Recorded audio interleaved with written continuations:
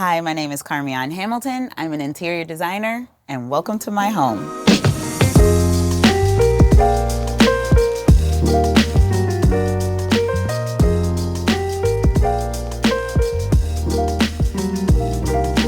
I get asked the question often, what is my own personal style? And I would describe it as modern Bohemian. You'll see all of the furniture has very clean lines. It's layered with tons of texture and of course lots of plants. That's where the Bohemian element comes in. So we're currently sitting in my living room, but you can also see a little bit of the office. The entryway, which is right behind me, is the first thing you see when you walk in. And so it is all personality. You are hit with a hand-painted mural by moi, and it moves into our hallway, which has a Serengeti wallpaper reminiscent of African terrain. I knew exactly where I wanted to put this wallpaper when I found it through Huga and West. It made the perfect background for some artwork that I absolutely love. This is G. Horton, another artist that I am a huge fan of. He turns Black American culture and incorporates African culture. These boys are very reminiscent of my own son.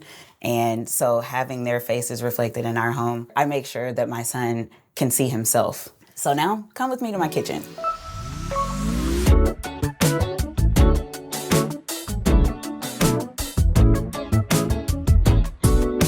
So we're standing in my very small but mighty galley kitchen. Most people go into a home and they would see a kitchen this small and want to blow out the walls and make it bigger and open, and I'm not a fan of that. Number one, I don't want to see my dirty dishes from my living room and from everywhere else in the house. I love that it is all contained right here. And I love that I can move from my sink to my stove to my refrigerator in no time. Since it was a small kitchen, I wanted to ground the floor with the black cabinets and raise the ceiling with the white uppers. The tile for the backsplash came from fire clay, and this particular tile was created to look like the links of a watch. However, if you look at it, it's the letter H, which is the beginning of my last name, Hamilton. So I thought it was perfect to include in the hub of our home in the kitchen. That's pretty much the only updates we've done here.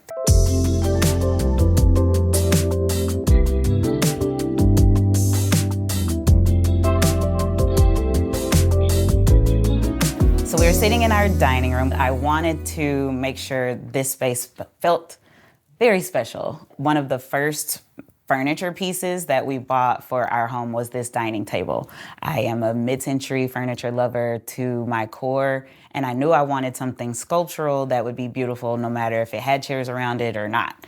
My proudest DIY is this hand-painted mural in our dining room. My favorite number is 3.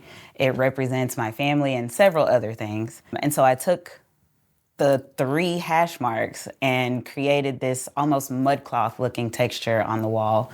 And it blew people away on the internet, so much so that it's now turned into wallpaper. So you can buy that.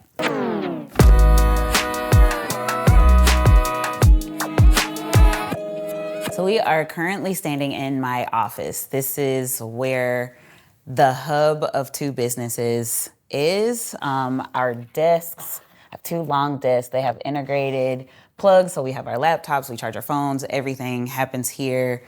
And the desk is standing height, it's bar height. So our bar stools, I wanted something very comfortable. They're leather, they're black, they're very chic, gold, very reminiscent of the modern Bohemian feel that's happening throughout the whole space. One of my prized possessions, this artist is Lauren Pierce. She's based in Detroit. I just so happened to get one of her pieces before she blew up. She has pieces in Swiss Beats house, Swiss Beats in Alicia Keys' home. And yeah, you can't get her stuff anymore unless you're a bajillionaire. But if you can get a Lauren Pierce piece, get a Lauren Pierce piece. So on this side of the room, I devoted one side to my plants and things I love to look at. This is where a lot of the work happens. When I'm working on projects, I like to put all of the finishes and materials up here and see how things work together. I've mixed in personal artwork with things that I am working with, just to give my workspace some interest. Never without plants, ever.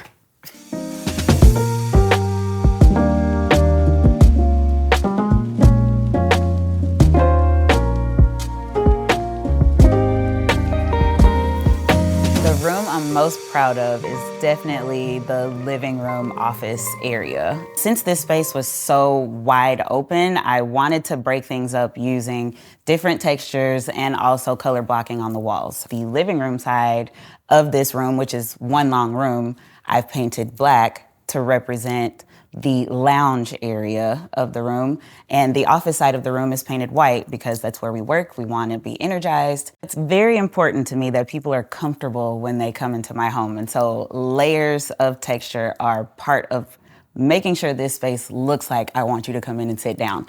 So every single thing that's here, from the rug to the sofa to the chairs, they're all hardworking fabrics that people don't have to worry about messing up when they're here, because I don't want people thinking about ruining things. I just want them to be comfortable and feel like they're at home themselves.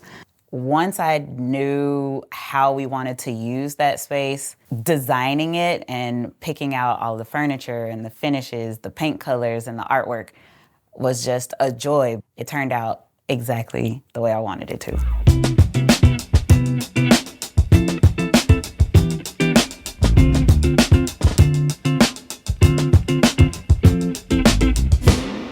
My son is 14 years old, and we completed his room about 2 years ago. A lot of people ask me about designing for kids, and I say, listen to your kids. My son wanted a Sonic the Hedgehog blue and red room.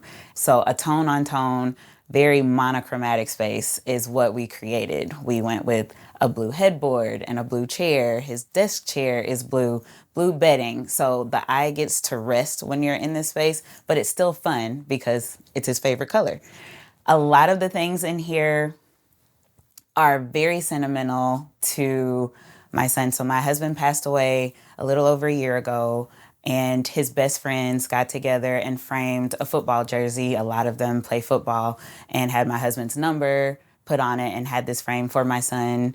This piece of art is something my son did back in, I think he was in 2nd grade, and it's a picture of him and my husband. So I put it in a shadow box and framed it, made sure it was hanging in his space as well. One of the last things that my husband did before he passed away was he found this art piece of Muhammad Ali in his grandmother's home, and he had it reframed, and I was able to pick it up. I didn't know he was framing it in a red frame, but it was perfect for my son's room.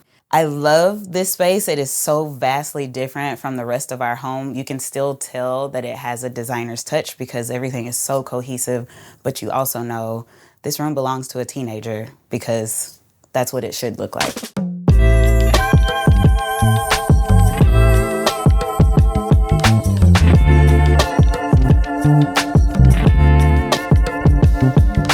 So this space is our main bedroom, and bedrooms are function first. You put a bed in it and you go to sleep, essentially. So you have to get really creative around making a bedroom interesting, and you do that through textures and varying surfaces. So we have a pattern on the bed, and then all of the layers. I love a very layered bed, and I'm also a fan of linen. So everything on the bed is linen. So lots of softness, but there's a leather chair in here too to give an element of something that's more modern in this very bohemian space. Lots of wood, varying wood textures to warm up the space. So when I was designing our bedroom, I knew I wanted some visual texture on the walls. I loved the idea of slatted walls, but I wanted to put my own spin on it. Most of the time you see them go floor to ceiling, or there's some type of wainscoting. Especially if you have a low profile bed like this, you may see them pop up just a little bit above the bed. But for me, I wanted to treat it like a piece of art. It's the most interesting thing, but it's also the quietest thing in the room.